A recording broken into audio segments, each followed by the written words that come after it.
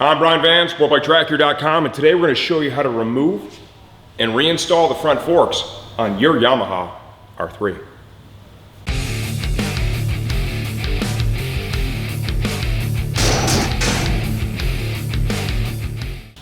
Okay, when removing and reinstalling the forks, whether you're going to service them yourself or send it out and have it done, it's important to understand you have to have the bike supported in the rear first.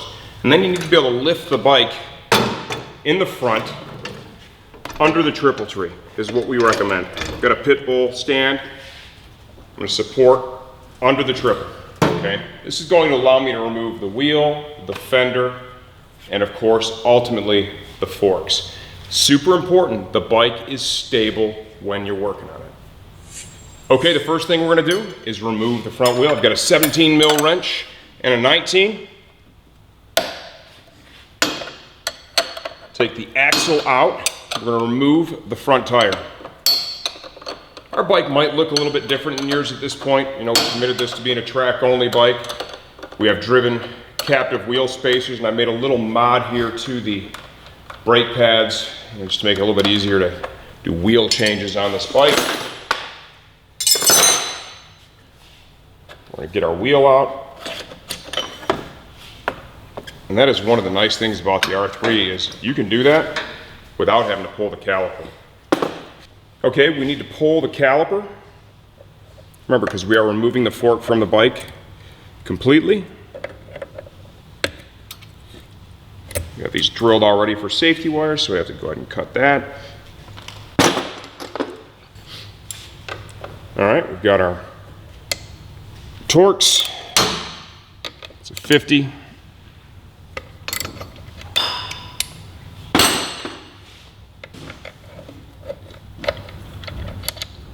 Okay, we'll let that hang. And now the fender itself. Our fender hardware may also look just a little bit different. I modified this to work a little better with tire warmers.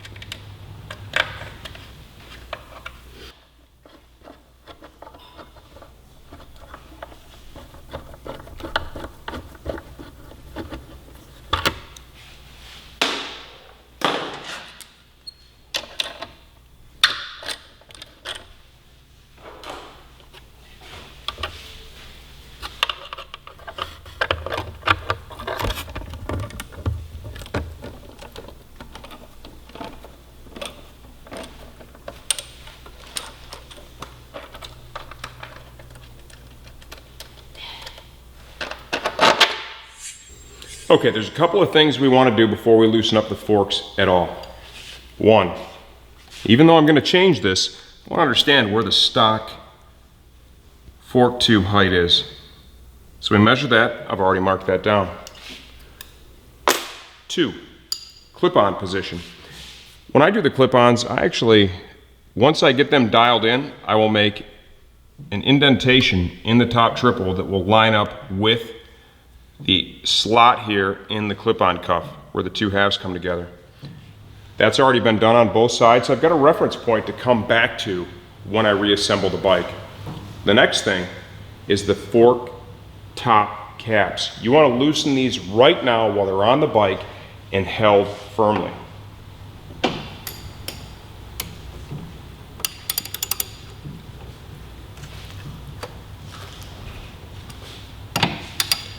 These actually weren't super tight, but I've done some where they were very, very tight, and it'd be really difficult in the vise on the bench, a lot easier to do on the motorcycle. Okay, from here this gets pretty simple. We're going to loosen up the clip-on cuffs. You don't need to take these off, just loosen them up enough that you're able to slide the fork tubes through. Okay, so as long as they're rotating that easily, you're good to go. Do that on both sides.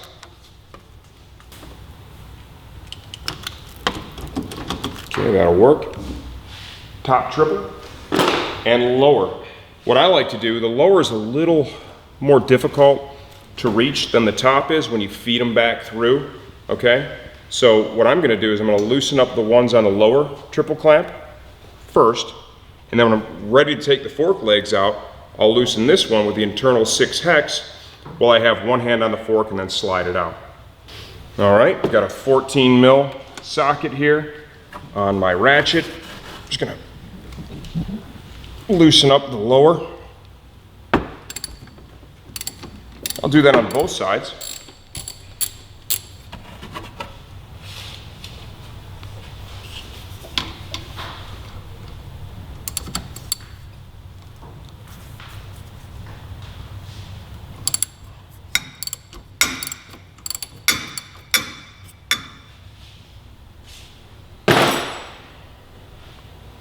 Okay, now we're ready to remove one of the forks.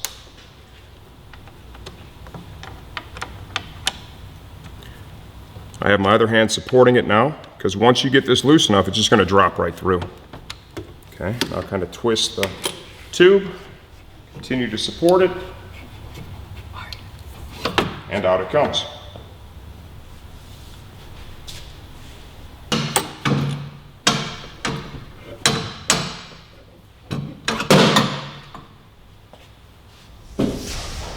Okay, now we're going to put the forks back on the bike.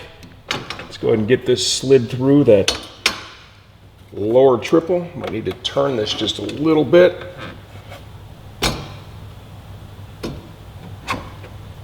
Like so, just kind of wiggle it around. Get it through that lower clamp. Of course, we have our clip-on cuff up here.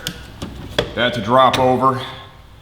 Okay, and for now, what we want to do is just get it through the upper. I'm going to put just the tiniest little bit of torque on it just so it can't fall back through. Okay, now we're going to install the right fork leg. Get that through the lower, like so. Make sure your clutch cable's on the right side. The rest of your controls are also going to be on the appropriate side of the fork tube. And let's get it to pass through the upper. Right now I'm not worried about having them even. I just want to get them both up there and supported. Okay, now we're going to go ahead and slide that front fender into position. Ultimately what I'm going to do here is I'm going to use that front axle to help me get the forks aligned perfectly, okay? The axle is really beneficial in that it's going to help you get everything squared up real nice, okay, once you have it all in position. So we're going to take advantage of that. Let's go ahead and get the fender on. So for right now, all we have torqued up would be that upper triple. We have just a little hand torque holding on to the fork tops, all right? So go ahead and just go through the fender, and we come back, I'll be putting the front wheel on. Okay, now we're going to go ahead and put the wheel on the bike. I want to get that axle through there. I've already cleaned the axle and I've got it lubed up with MPPL. Help it slide through. And this is just a great way to help square everything up real nicely, okay? So what I'm going to do here is install the front axle. All right, we've got the wheel spacers, everything's in right now. And this is going to build this right now nice and square, okay? Go ahead and torque my axle up now. Remember, we have the two fork tops, right, equal distant above the top triple. You know, torque that up.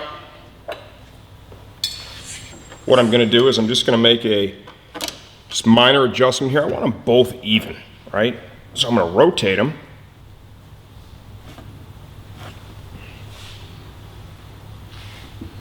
Like so. How important is this? Well, it's not very important, but when you're staring at it and you're riding, you know, it's really nice to have your controls symmetrical.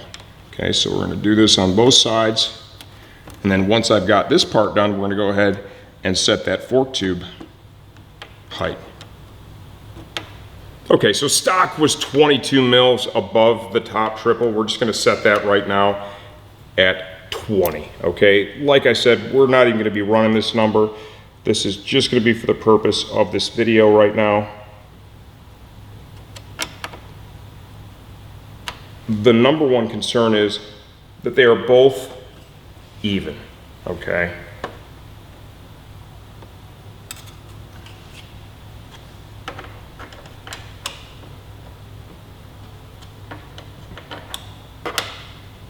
Same process on the other side.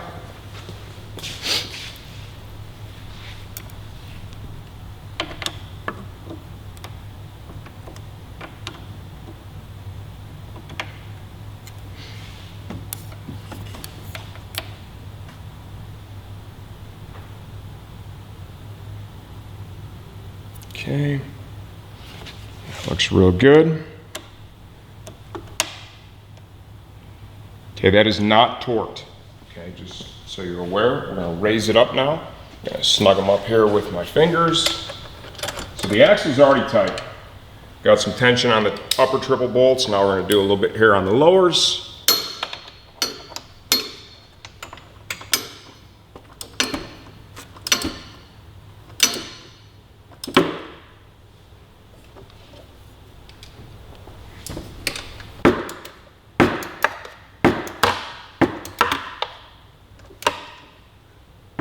Okay, and that's enough now that we can pull this out and then put some final torque. And yes, I'm actually going to use a torque wrench on the pinch bolts. I'm going to do the lowers first. These will be torqued to 22.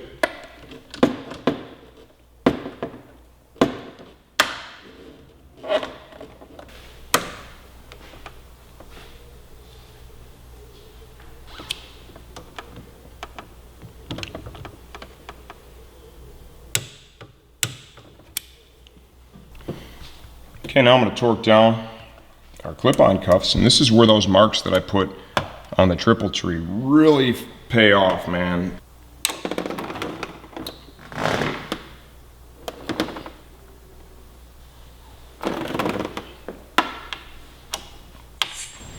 Okay, once I have all that done and torqued up, what I want to do now is I want to check how much effort it takes to slide the axle through, okay, once the fork has been installed on the bike completely. This is going to be a great indicator of, is everything square? You know, with this front end, you don't want to create any misalignment.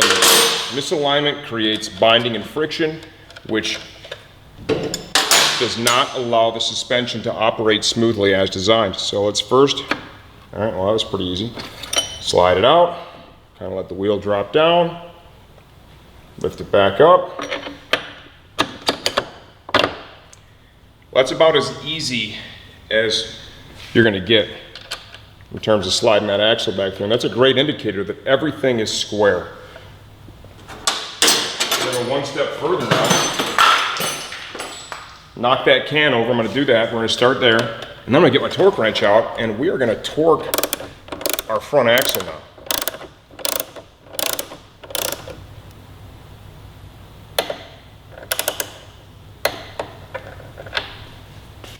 There you go.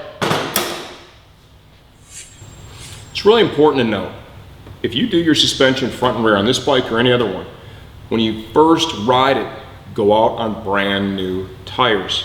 That way you can tune it. If you have used tires on the bike that already have wear on it, it makes it very difficult to determine, is that a result of the suspension changes that we've made, or is that just the tire itself? So best practice is start off with a brand new set, which is what we're going to do before we head to Barber with Sportbike Track Time in a couple weeks. As I said earlier, we'll have a lot of follow-up videos to let you know what we think of the performance of the K-Tech Fork Cartridge kit, and of course the Razor RR shock on our STG Yamaha R3.